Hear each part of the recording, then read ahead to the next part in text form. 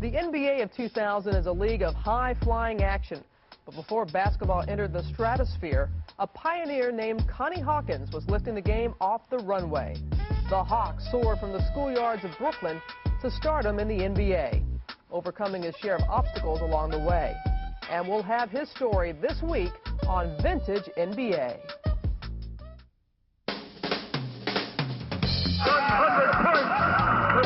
2 seconds, 1 second, West throws it up, he makes it! Now there's a steal by Bird, underneath the DJ, lays it in!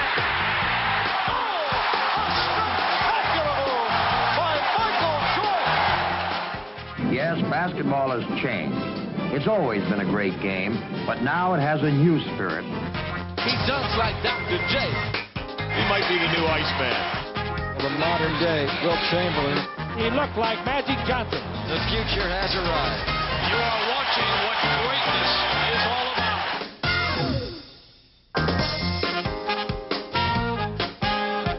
Hello again, everyone, and welcome to Vintage NBA.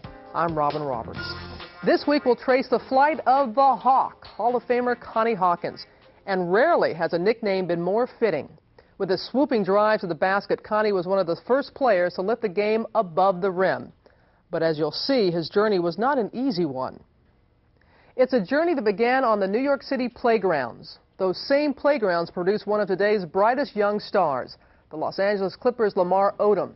And this week, Lamar is in the chair, taking a page right out of Connie Hawkins' book. Basketball is New York City's game. It is the sport of the ghettos long before the ghettos were black. Even in the summer, when the pavement sizzles, New York kids are playing basketball.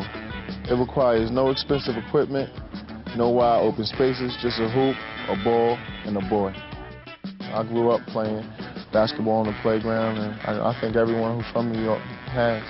Connie Hawkins as a basketball player, great, athletic, versatile. I know it must have been great for him growing up, being a legend of the New York City playgrounds. It's probably like being a legend in no other league. I think, you know, New York City playground is a league of its own.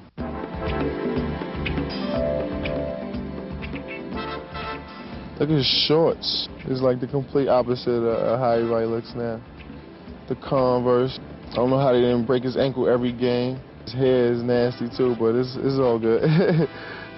Connie is my man. He's a Brooklynite. You probably easily were in the top 5 basketball players who've ever played the game on this planet. Top 2. Top 2, okay. Give or take 1. We all know that he was a great one-on-one player. I don't think he gets enough credit for his all-around play, his defensive presence, the way he rebounded the ball. He always rebounded the ball with one hand and came down. He was a real finesse player, but definitely had a power mentality, you know, a power game. He was also a great playmaker. Always knew where everyone was at on the court and always made the correct pass. He would make these swooping layups with one hand. I try to imitate that move to this day. He puts it up and in, basket counts and the continuation. Sensational play by the rookie, Lamar Odom. I try to do the same thing, just like Connie, just cause mismatch problems all over the court. If you're too small for a bigger guy, you're just going to take him off the dribble, and vice versa. If you're too big for a smaller guy, you're just going to pound him inside, and Connie was great at that. Odom all the way to the goal, swoops to the basket and scores. When was the last time there was a point guard that was that big? It's something about a tall guy that can dribble the ball. It's just real fun to watch. When you can put the ball on the floor and you're tall, I just think people just love watching that. Hawkins, oh my, what a play out. Connie Hawkins' legacy, I think we see it every game. Every time you see a 6'10", 6'9", athletic guy come down the lane and make a swooping layup. Connie Hawkins, beauty. He persevered and made it to the NBA. You know, I had to sit out 1 year of college, and I know it definitely made me stronger. So sitting out all those years, knowing that you should be in the NBA, I know it just made him hungry. And when he got here, make him want to perform. I think we're all grateful that he got to play. Of course, Lamar is seen Connie play, but he can hear all about him from one of the Clippers' assistant coaches during his rookie season, who happened to be a New York legend himself. That's right, Kareem Abdul-Jabbar. By the way, the book Lamar was reading was Foul, Connie Hawkins' biography that chronicled his long battle to make it to the NBA. And we'll have much more about his story when we return in just a moment. He was a beautiful player to watch. I mean, his long arms and big hands and his artistry with the basketball. He played the game effortlessly. He made everything look easy. Hawkins on the front line for the Suns. Hawkins over Hudson. Basketball to me basically was my life. When you talk about basketball, you talk about an artist like Vincent van Gogh. If you took away his easel, I mean, he would cut off his ear. For me, basketball, if you took away basketball, I'd probably cut off both my ears. Long before Dr. J, Air Jordan, and Vince Carter, it was Connie Hawkins who was basketball's original high flyer. He began dunking at age 11 on the courts of Brooklyn. And as Connie's game took off, so did his reputation. But as the years went by, many fans never got a chance to see his best dunks. For one thing, there were no nightly highlight shows like there are today. More importantly, some of Connie's greatest performances were delivered far away from the NBA spotlight. Growing up in Brooklyn, Connie Hawkins became a playground legend while still in high school. He held his own in summer pickup games against visiting NBA stars, including Wilt Chamberlain. Basketball at the time was my life. I remember having to play basketball, and sometime my mother would call me to come home and eat. I wouldn't go home and eat. I would just stay out on the basketball court. I mean, it just consumed my whole life. I remember the first time I saw Connie Hawkins was when I was a 13-year-old little boy in the Ruckus tournament, watching him play in the Ruckus tournament, and I looked at him and it was unbelievable to see a guy do the things that he could do. Hawkins was named a high school All-American in 1960. And he took his special blend of size and ball handling skills to the University of Iowa. But during his first semester at Iowa, a point-shaving scandal erupted back in New York, and Connie's name surfaced. Though never charged with any wrongdoing, he would spend the next 10 years fighting for vindication. Once you get caught with a name, you're stuck with it for life, no matter what it is. I mean, you are stuck with it. And what they remembered about me was I was involved in a basketball scandal, and that pretty much stuck for the rest of my life. Forced to leave Iowa, Connie signed on with the Pittsburgh Wrens of the upstart ABL. There, his magic was witnessed by about 200 fans per night in dilapidated old gymnasiums. Although Hawkins won the league MVP award and a scoring title, the ABL folded the following year, and he moved on to the Harlem Globetrotters. By age 26, Connie had spent 4 years with the Globetrotters, devoting himself to their zany routines while his world-class skills eroded. You know that ring where they run around in a circle and pound the ball? One of the guys on the team told me that if I worked out and practiced some of my skills, I'd be able to get into that circle and I'll make an extra $100 a game. So I said, oh, wow, that's great. So I started practicing ball handling with my skills, and I was able to get in there and practice that and do in that circle, but they never paid me $100 a game, so he tricked me.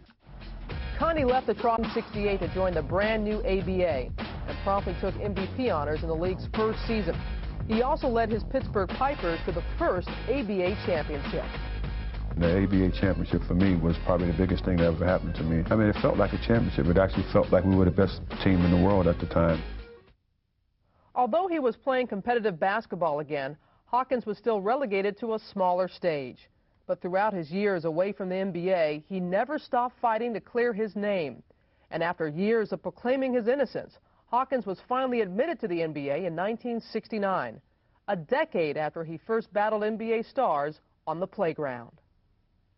But after so much time away from the highest level of competition, many wondered whether a 28-year-old rookie could excel in the NBA. And everybody had talked about how great I was, but I never really played against the best. And so I had to play against the best to see how good I was. But from the moment Connie stepped onto an NBA court, it was obvious he belonged.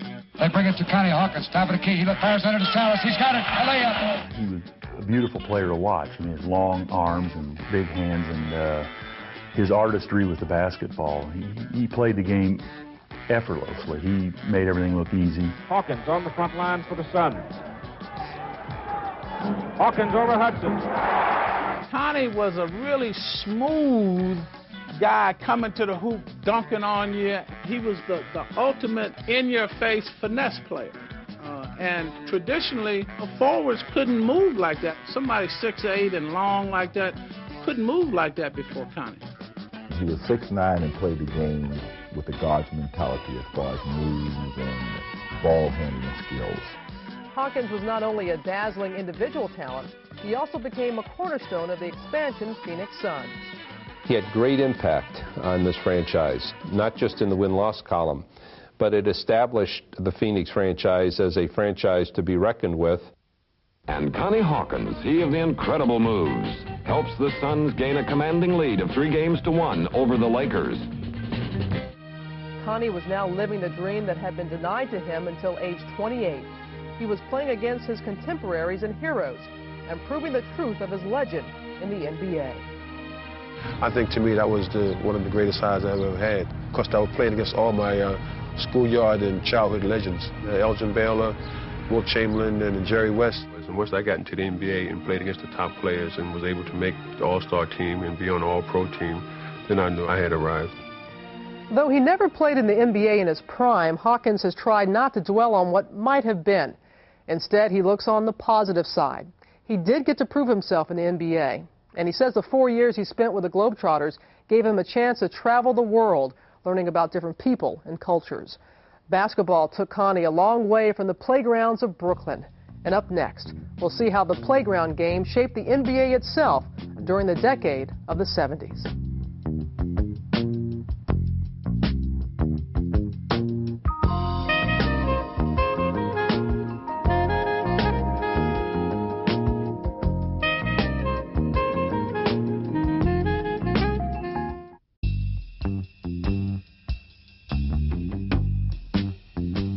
Welcome back, everyone, to Vintage NBA.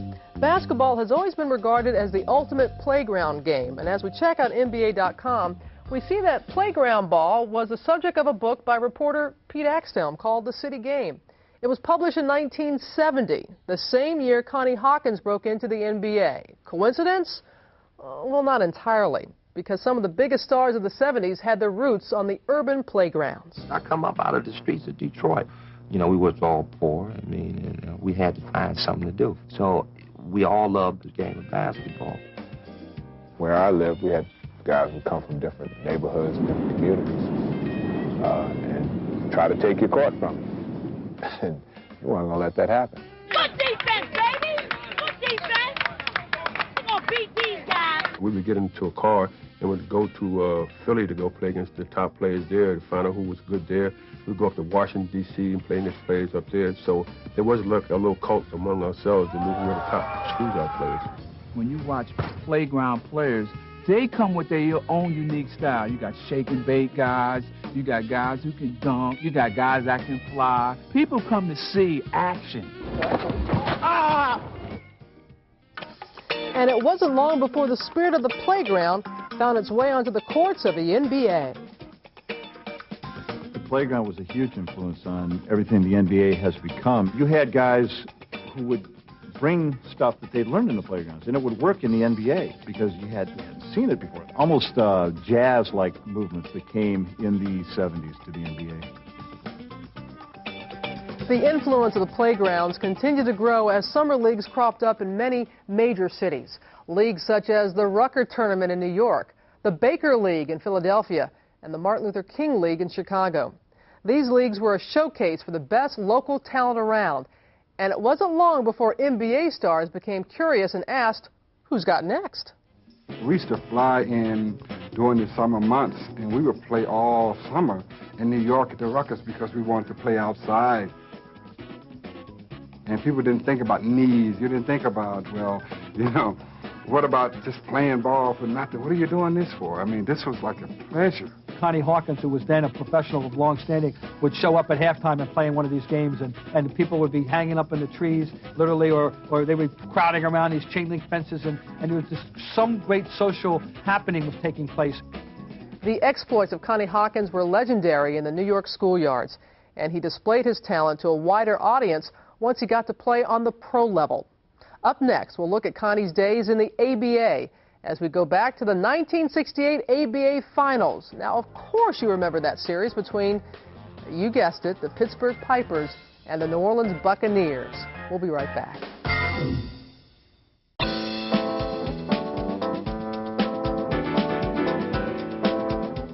After 4 years with the Globetrotters, Connie Hawkins yearned to play against real competition. He was still banned from the NBA, but another door opened in 1967 with the formation of the ABA.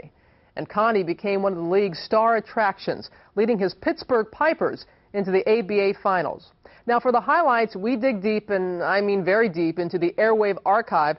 We have to dust off a 30-year-old reel of film. I always wondered what one of these things looked like. So here's a look at the Pipers against Doug Moe, Larry Brown, and the New Orleans Buccaneers.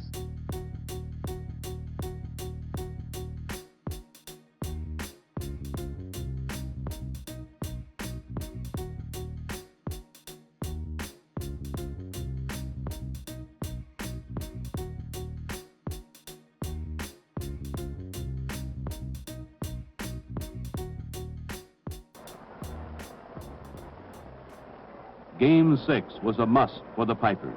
Lose this one, and there'd be no tomorrow. Would a healthy Hawkins make the difference? Could his knee take the punishment? Game 6 provided a positive answer on both counts. Hawkins could and would make the difference. Taped and braced, the Hawk played the full 48 minutes and ran in 41 points to lead the Pipers to a 118-112 win. Here he is from long range. But for nearly 3 quarters, the New Orleans club appeared headed for the ABA championship. A tremendous second period for the Bucks almost turned the game into a rout as they racked up 40 points. Here's Red Robbins. Doug Moe. Robbins again. Here's Jimmy Jones on a steal.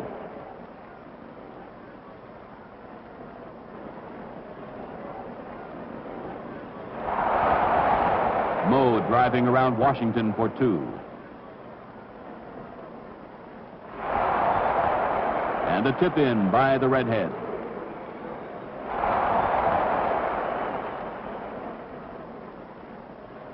At the half, it was 72-59. The Buccaneers sitting on a 13-point lead. But the cushion didn't last. Handicapped by fouls, Jimmy Jones and Larry Brown had to play loose against the ABA's best offensive machine.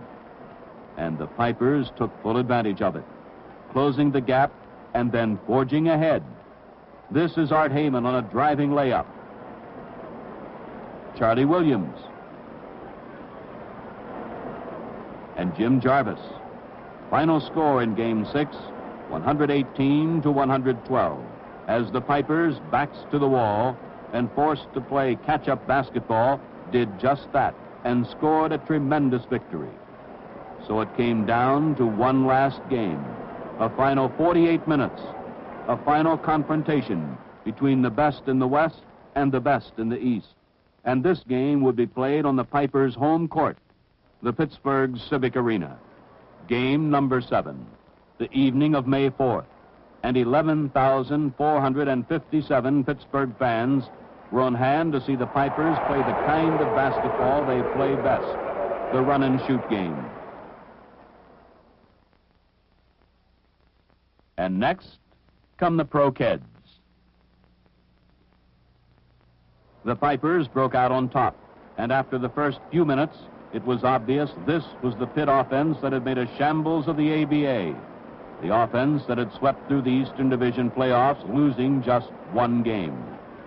Here's Tom Washington breaking the ice.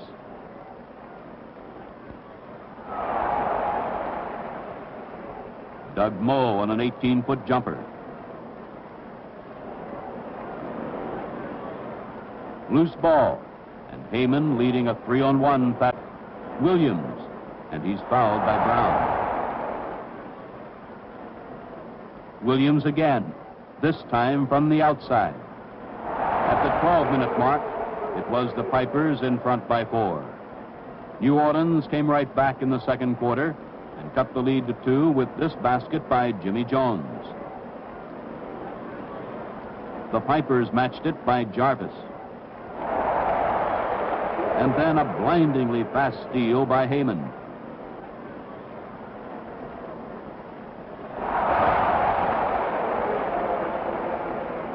Number 12 again, all alone under the New Orleans basket. Even the fine shooting of Jimmy Jones wasn't enough to head off the Pipers' running game. And by halftime, the Pipers had surged to a 67-55 lead. Nor did the 20-minute intermission cool off the Pittsburgh club. Vaughn started the second half with a three-pointer as the Pipers continued to open up their lead, and at one time in the third period had forged a 20-point cushion. Hawkins misses, but Washington was there. The Buccaneers weren't finished yet, and sparked by Jimmy Jones and Doug Moe, the Bucks began to come back. Here's Jones, wide open. Moe on a jumper from about 12 feet. And again, this time over Heyman. Hawkins trying to play keep away. Jones steals and Robbins cashes it. New Orleans on the attack. Larry Brown bringing it up. And Brown pumps from the top of the key. Charlie Williams matches it. And here's Brown again. But at the quarter, the Pipers still held a commanding lead, 102-86. The Buccaneers rallied in the final period. Robbins scoring here. But the Pittsburgh lead was too big. Though they closed the gap to 5 points 3 different times in the final period, the Bucks didn't quite have enough. This is Heyman, and the Pipers were able to spurt ahead each time. Larry Brown on a steal. This was the deciding game of the ABA championship. It was a game the Pipers couldn't lose, a game they wouldn't lose. This is Heyman on a fast break. In the end, it was the Pittsburgh speed that won it. Charlie Williams leading all scorers with 35 points. Hawkins finishing with 20. Doug Moe, while playing a great game against Hawkins, finished with 28. Final score, the 7th and deciding game of the ABA championship, Pittsburgh 122, New Orleans 113. It took the full 7 games, and though the outcome had been in doubt several times, the Pipers finally proved what they had known all along, that they were indeed the best in the ABA.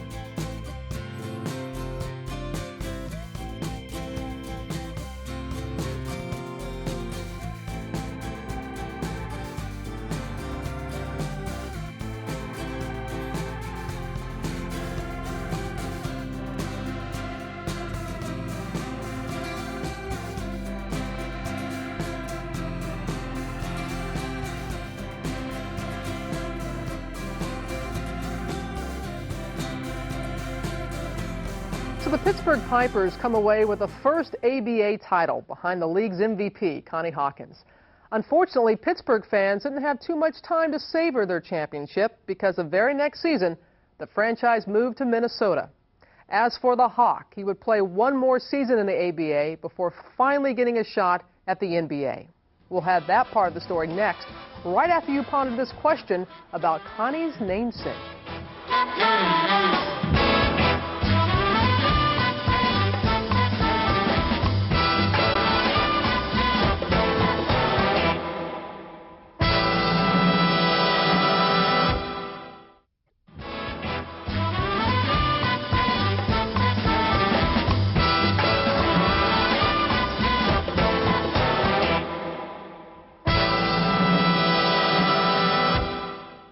In 1969, Connie Hawkins would get his chance to perform on basketball's biggest stage. He joined the NBA, and in his first season with the Phoenix Suns, Connie quickly proved that he belonged among the game's best. The Hawk averaged 25 points, 10 rebounds, and made the Western Conference All-Star team. And right now, we're going to take you back to the 1970 All-Star Game. Let's head to Philadelphia and join Chris Schenkel and Jack Twyman.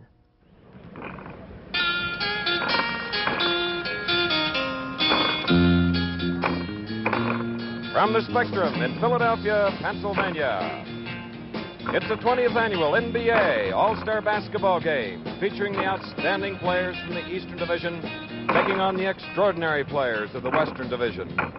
That's right, they're all here. Robertson, West, Baylor, Havlicek, Willis Reed. You'll be seeing them play momentarily. And now the starters for the West. At forward, playing in his 11th All-Star Game, the #2 scorer in the history of the NBA with over 22,000 points, the captain of the Lakers, Elgin Baylor.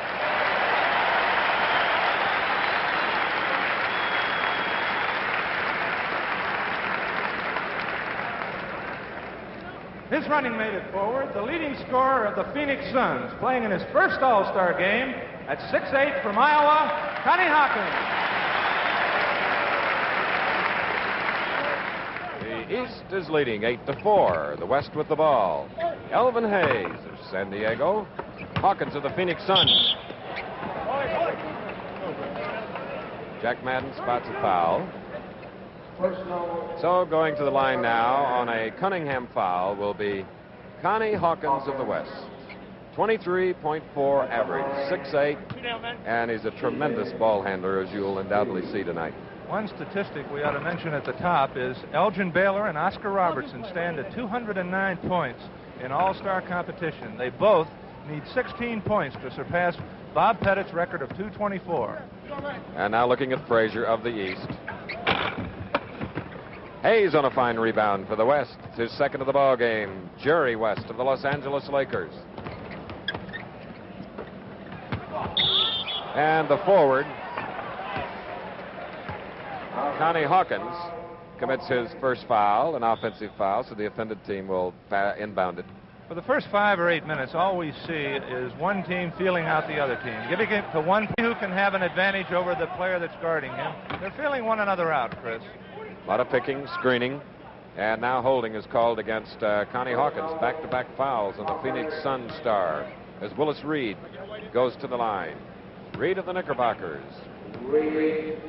Incidentally, following medical examination yesterday, determined that he does not have an ulcer. He has a spasm near his left rib cage. And boy, that's good news for not only Willis, but his followers. Willis was a very happy man when he came to Philadelphia. Willis Reed with 5 of the 9 East points. The East leading 9-6. Jerry West, one of the 2 strong guards on the Western team. Baylor, 22. Hawkins, 42 to Hayes, 11. And under the bucket. Foul. Reed defensively for the East. Let's watch it again. Here's that play. There you see Elvin Hayes faking Willis Reed up, and he's got from behind there as he goes up for the basket. And that is Reed's first foul. Hayes of the Rockets, and San Diego's Jerry West tries to steal it away from Frazier.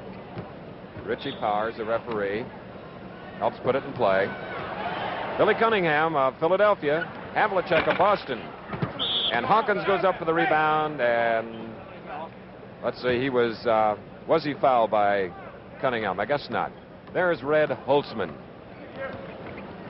His first year as an all-star coach at the helm of the Knickerbockers since December of '67.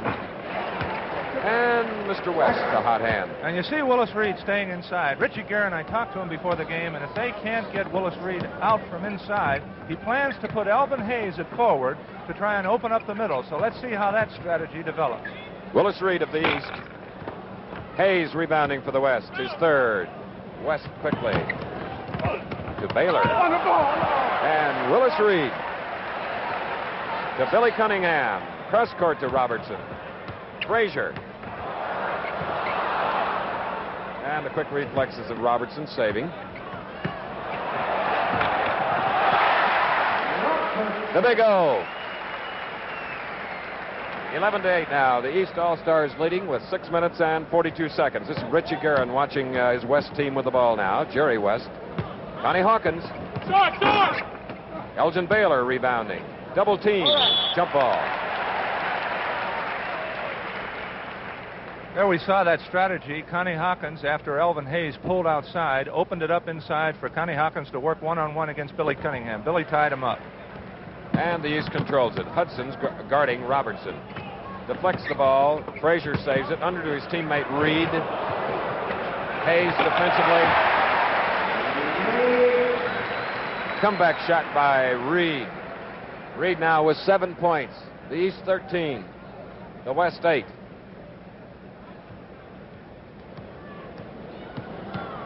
Jerry West to his backcourt mate, Hudson, Lou Hudson of Atlanta. Elgin Baylor. 11th time an All-Star. West his 10th time. And John Havlicek quickly admits that he fouled on the play. There's Jerry West going up on a classic jump shot. For any youngster looking in, Chris, there's a perfect way to shoot a jump shot, right up in the air. There's a timeout here at the Spectrum in Philadelphia with the score. The East All-Stars 13, the West 8. Well, just in case you missed it, the East went on to win the game, and Willis Reed was the MVP. It was the first of 4 NBA All-Star games for Connie Hawkins. And while he achieved personal success that year, he was also putting the expansion Phoenix Suns on the map. Connie led the Suns to the playoffs in just their 2nd season as they lost to the powerful Lakers in 7 games. Up next, another Hawk sighting from the early 70s. If I could think about any player being artistic, I would say Hawk was an artist on the court. Connie Hawkins, beauty. And I think he really enjoyed that part of the game, knowing that if he made a move, it was a pretty move. I saw Connie doing the things that we later saw Julius Erving do. By the time he got to the NBA, yeah, people knew who he was, but they never saw the real greatness that was his. During the early years of the Phoenix Suns, one of the biggest questions they faced was heads or tails. The Suns were involved in 2 of the NBA's biggest coin flips. They lost the first for the right to draft Lou Alcindor, later Kareem Abdul-Jabbar, but they won the second, and that brought them Connie Hawkins.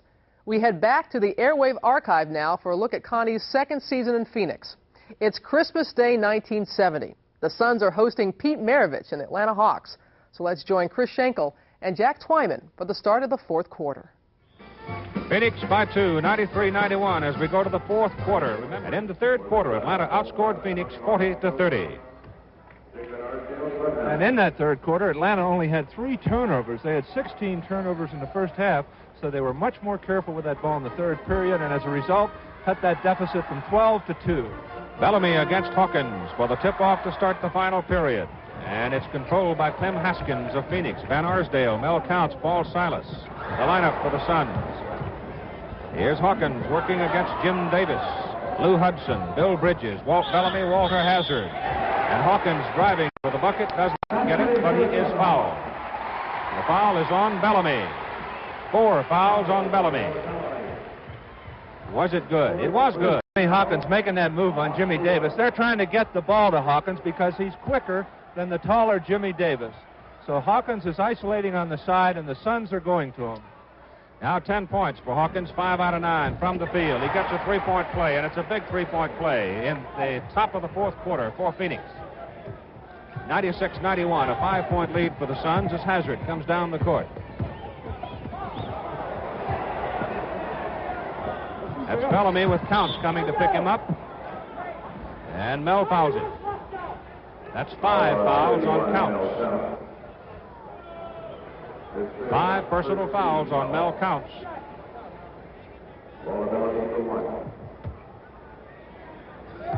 Bellamy, 11 points, 8 rebounds so far. Counts the rebound as Bellamy misses.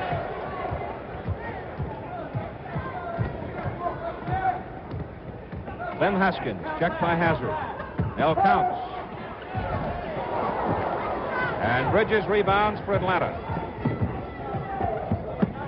Hudson and Hazard.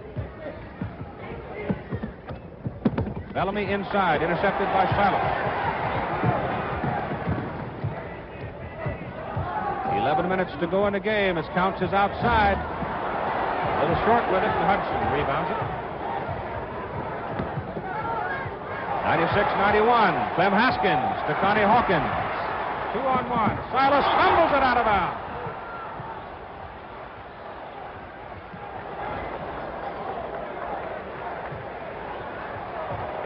Hudson and Hazard bring it down for Atlanta.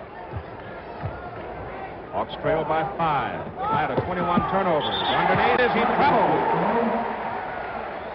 Had a great feed pass, but he could not control his momentum. And now the Hawks have 22 turnovers in the ball game, twice as many as Phoenix. Van Arsdale.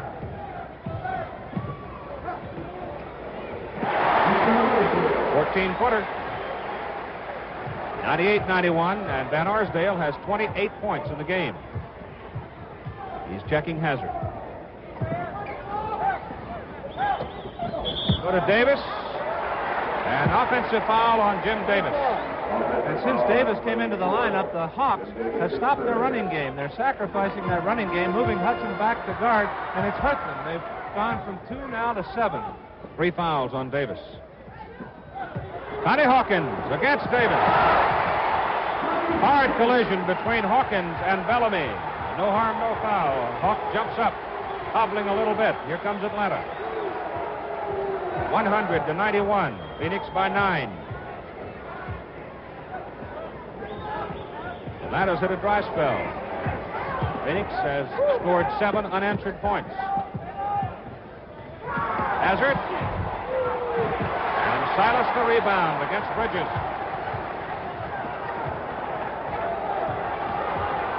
Hawkins over Bellamy. Gets his own rebound. Haskins is fouled by Davis. And Pete Maravich, who's been out of the game for a breather, is up to come back in. Davis has 4 personal fouls. Walt Hazard is going out and Maravich in.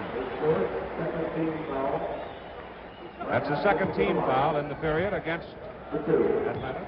And when Maravich went out, they were only 2 behind. Now they're 9 behind. So he adds a great deal of mobility to that Atlanta lineup. Clem Haskins at the line has 12 points. His second free throw is good. 6 assists in the ball game for Haskins. Now let's see if Maravich can stir up the Hawks again. Haskins checking Maravich. Bellamy looks inside, nobody there. And that's Maravich. Pete now with 22 points in the game. We have 9:05 to go in the ball game. 102-93. Here's Van Arsdale over Bellamy. Off Mel counts. Nope. Off the man in blue, Bridges. Here comes Christian, big 7-foot rookie into the ball game, and Bellamy goes out for Atlanta. Counts, checked by Christian, shoots over him, misses. Haskins. Hustling Clem Haskins gets the bucket. He has 15. 104-93. And Maravich.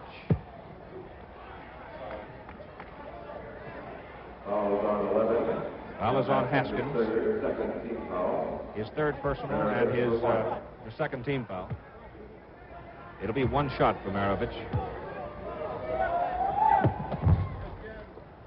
23 now for Pete. 9 out of 21 from the field in the ball game. 10-point lead for Phoenix.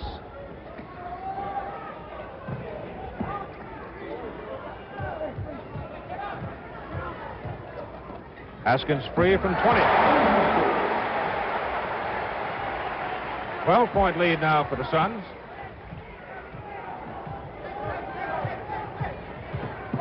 Lou Hudson against Van Arsdale.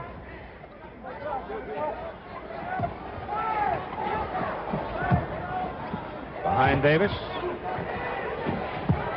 Christian missed it inside, but gets his own rebound. Mindy Rudolph stops it with a whistle.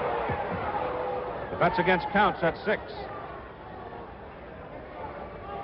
Mindy Rudolph ruled that Bob Christian had possession, so as a result, it's not a loose ball foul. He will shoot the shot, but he'll only get 1 because Mindy also ruled that he was not in the act of shooting. And it is on Mel Counts. He's gone. He has 6 personals. Neil Walk replaced him in the Phoenix lineup. Counts 12 points, the book on Mel. 6 out of 13 from the field with 7 rebounds.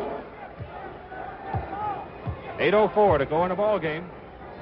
106-94. Now 95 as Christian gets his 8th point. Remember the North-South Shrine Football Classic, the Orange Bowl, immediately following our basketball game. Haskins to walk.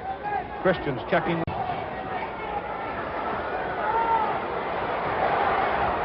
Here's Haskins, missing badly. Had to hurry his shot, and Bridges rebounds. Christian and Maravich.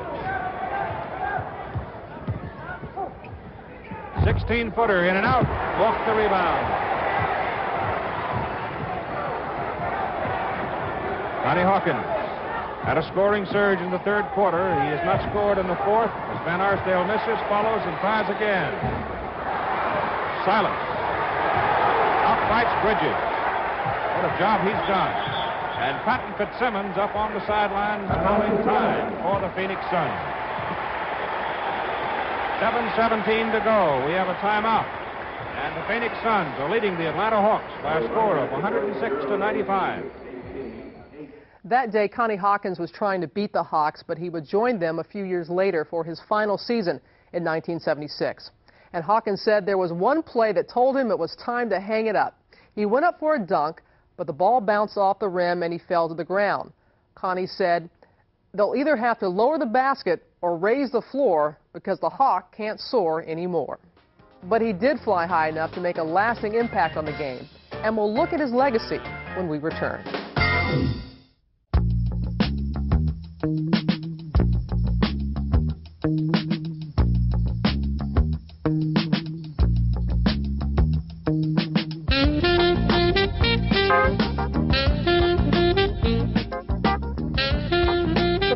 Of New York City produced some of the NBA's greatest stars, including Billy Cunningham, Tiny Archibald, and Bernard King. But it was Connie Hawkins who was the first to bring some of the flair from the playground into the mainstream of basketball. And other cities had their own schoolyard showmen. Growing up in Philadelphia, Earl Monroe invented the moves that would make him Earl the Pearl. He took his shake and bake style from the playground to the NBA with the Baltimore Bullets and the New York Knicks. Isaiah Thomas learned the game on the playgrounds of Chicago. That's where Zeke perfected his slick ball handling, and he used it to become one of the NBA's greatest point guards while leading Detroit to 2 straight titles. Michael Ray Richardson honed his skills on the playgrounds of Denver and then took his act to Broadway. The man they called Sugar was a 3-time All-Star with the Knicks in the late 70s and early 80s, and also made the league's all-defensive team. And there was Reggie Theus, who played his pickup ball in Los Angeles in the shadow of the Forum. Reggie started with the Bulls in the early 80s during the pre-Michael Jordan era, and he was one of the league's most explosive scorers. The courts of North Carolina became the launching pad for the Skywalker, David Thompson, rim with a 44-inch vertical leap, and his high-flying style electrified fans of both the ABA and the NBA. And finally, the acrobatic Dominique Wilkins, the human highlight film. And the film was a hit for 15 seasons as Neek thrilled audiences all over the league. They were all part of the lineage that began with Connie Hawkins. But now let's fast forward to the NBA of today. Which players have followed in the Hawks' flight path? Here are a few opinions. I guess if there was somebody, just try to make a general observation, would be Grant Hill. He has the ability to get around the basket to somebody, maybe not quite with the flair that Connie did. I would have to say Vince Carter. He's doing some amazing things, and just by being able to watch some of it, it's a great feeling to be a part of it. He has a flair for the spectacular. He can get it done in that old schoolyard type. I'm going to be all in your face, dare you to stop me, stop. I get a little bit worried because so many young people look at Vince Carter and say, wow, that's what I want to be like, and so many of them will never get to be that point. And so I say to the high school coaches and college coaches, teach the game well, and guys that are able to do that, let them allude to doing it, but teach the basics of it and let them then have some flair. Couldn't agree with him more. So a couple of votes there for Vince Carter, but we'd like to get your take on players with flair or on Connie Hawkins himself. Just drop us an email at NBA.com. While you're there, you can head to the Phoenix Suns page, and under Suns History, you'll find an in-depth interview with Connie titled Hawk Talk. We'll be back in just a moment.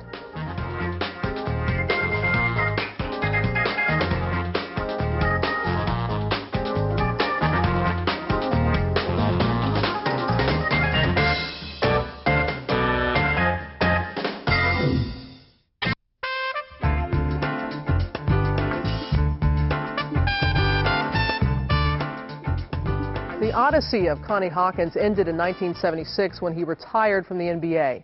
Later that year, he became the first Phoenix Sun to have his number retired. And in 1992, he received the ultimate honor with his election to the Hall of Fame. Today, Connie is still involved in the game, working in community relations for the Suns. And though many never got to see him at his peak, the Hawks still soared to a lofty place in basketball history. That's it for this edition of Vintage NBA. Thanks for joining us, everyone. I'm Robin Roberts, and we'll see you next time. Take care.